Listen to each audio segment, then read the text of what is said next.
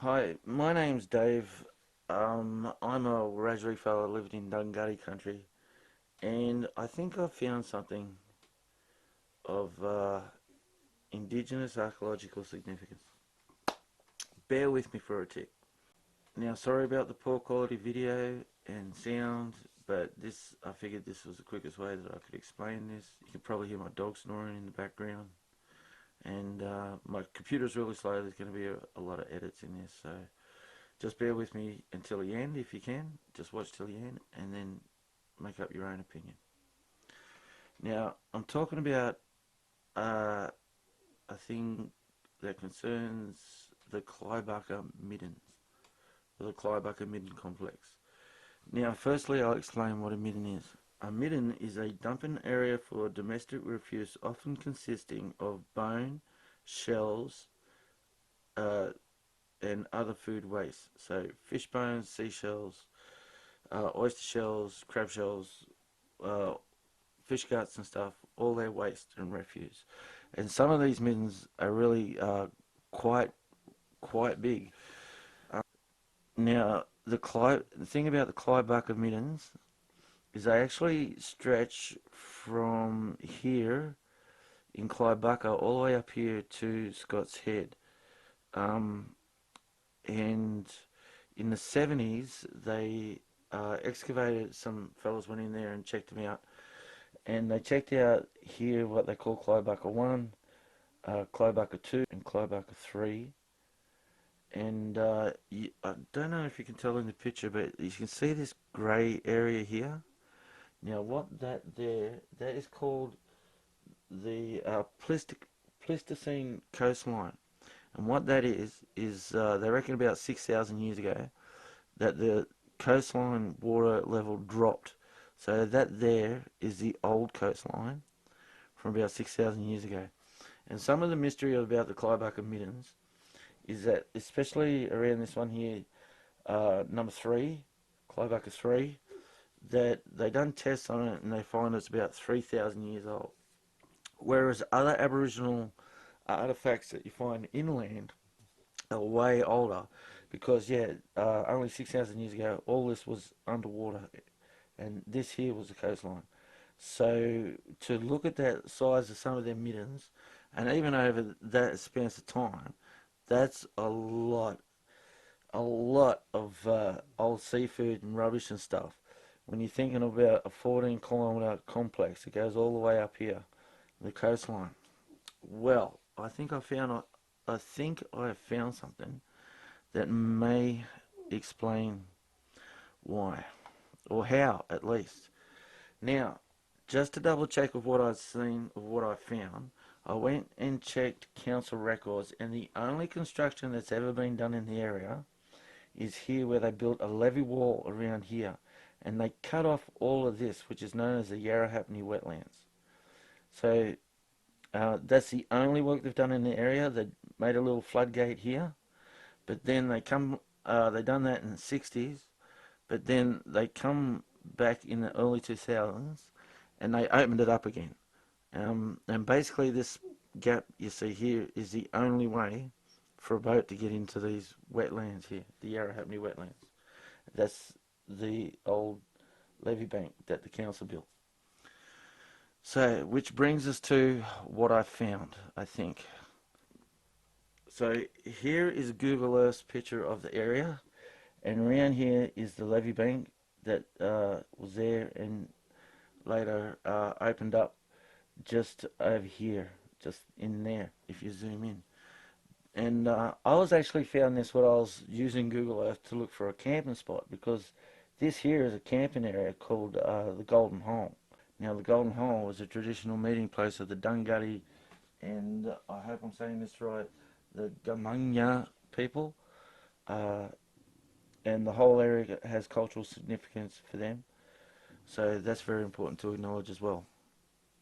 And that's how I come across this. That's when I noticed this up here. Now, zoom in on it so you can clearly see it here, this line here.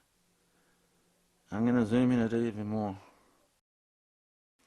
Now, I recognize that, to me, that there is clearly an old Aboriginal fish trap where they would let as the water level, as the tide came in, the fish would swim into this deeper part. And as the tide went out, what they'd do is throw trees, branches and bushes in the gaps here to act like nets. So as the water came out, they just catch the fish in there. And as the water level went down there very low, they just walk through with their spears and net and pick out the fish. And you can see that this keeps going up and around here. Now, before I follow that up there, I just want to show you just another bit down here before we get too far ahead of ourselves. If you look down here so if you go down here and look at the bottom of this wall here, that you can see under the water that wall there used to continue across here. And it may have been taken out by floods or something, because this area is prone to floods. Remember the floodgates the council put down there? Anyway, so now we're going to follow this line all the way up the creek and see how far it goes. And you will see it. See it continuing up here? It actually goes around the bend along here. And we're going to keep following this. And you can just sort of see it up here. And just before you think it's gone, if you look at this section up here, in the middle of a swamp, that prominent row all the way up through this creek here, I believe that's indigenous man built. And also you notice that these ones here have got vegetation on them, whereas the other ones further down the creek didn't have so much. So these are older. So if this was built, they actually built it in this direction, and we're following it backwards. Now bear with me, there's more. There's a lot more. So we follow this prominent line of trees here. And by now you're saying, yeah, it's just a tree line following a creek. But look, it's basically on one side of a creek. There's a thinner line on that side and one side of that creek. And I'll get back to that bit in a minute. But I want to show you this bit up the top here first, which could explain that. Now, then I found this area here. And what made this spot here sort of stand out is that, once again, you can see the prominent row of trees here at the bottom, and along here, you can also see a line here, a line here, a line here, and even a thin line of trees along here, where they could have string nets through here. So as the water came through these creeks here, it would have drained off. And see how there's nothing else growing there? Because it used to be salt water a long time ago. Anyway, bear with me, there's more. So when I noticed this, we'll just zoom back out a little bit, hopefully. Which brings me back to the creek. Remember, with the line coming up here? And I'll zoom out even more. And you can sort of see on the landscape that this all here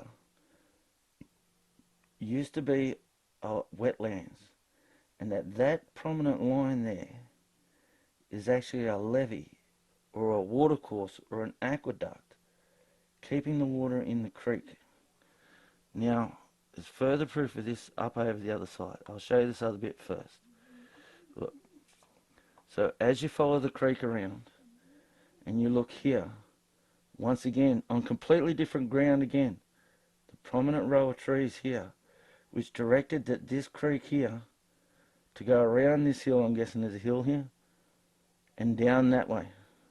Now, watch this. This is the other bit that I just noticed, that I noticed earlier today.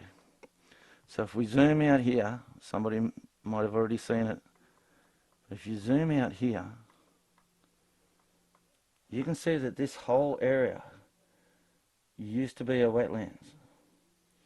And that's when I noticed, before I show you the big thing that I noticed, I'll zoom in here. I'll zoom right up in here and show you just a couple of quick points. I think if we go right up over here, at the top here. Now, just a couple of quick points, is that you can see here that if we have to get in here, there are tracks here that we can drive in.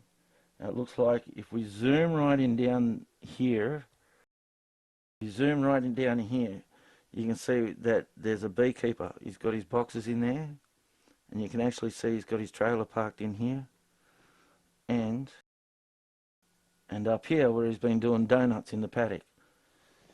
Anyway, so we'll get back to the, now I'm going to show you the big one. Watch this. So once again, we're going to zoom right back out at this, what looks like used to be a watercourse. Right through here. And then I noticed something else. Nothing growing, nothing growing, nothing growing, nothing growing. But in here, rich vegetation. So nothing growing because used to be salt water. Nothing growing because used to be, but here. So I zoomed in on this. And you can see on that the shapes of the original ancient fish trap.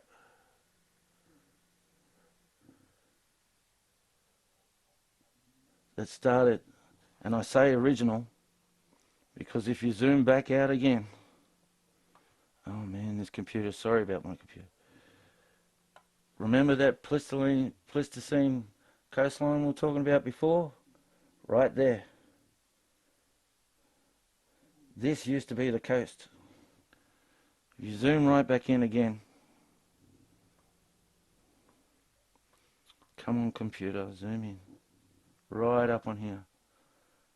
That some of these shapes here, and some of those here, resemble the Brewarrina fish traps, but in a much, much bigger scale. And I say much bigger scale because just this area here is the size of a football field. And if you look down here, if you notice, if you zoom in on each one of these areas here, you'll notice, and I'll zoom in on this one, the big one at the bottom here, to show you that each area has a deeper area and a runoff. You can actually see this much better on a mobile phone, but so we zoom way back out again. You can clearly see that line, the line here. We move way back up again. Where's our original? Oh, down here. You can see the line goes through here. You can see it curls through there, around here. And also, remember our original, the levee wall that the council built in the 60s?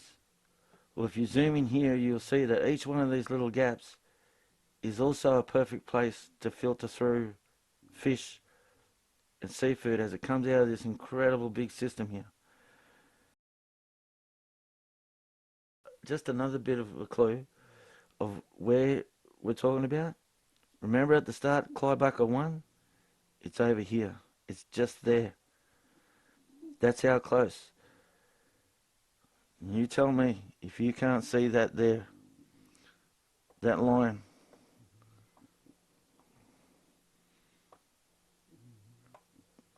Crawling right through, making this the biggest Aboriginal fish trap and also ancient fish trap in the world. By looking in these pictures, we can see it clearly here, but that's because we're in drought. This is what the area usually looks like. We haven't been able to see it before because we couldn't. Now we're in drought, she pops out.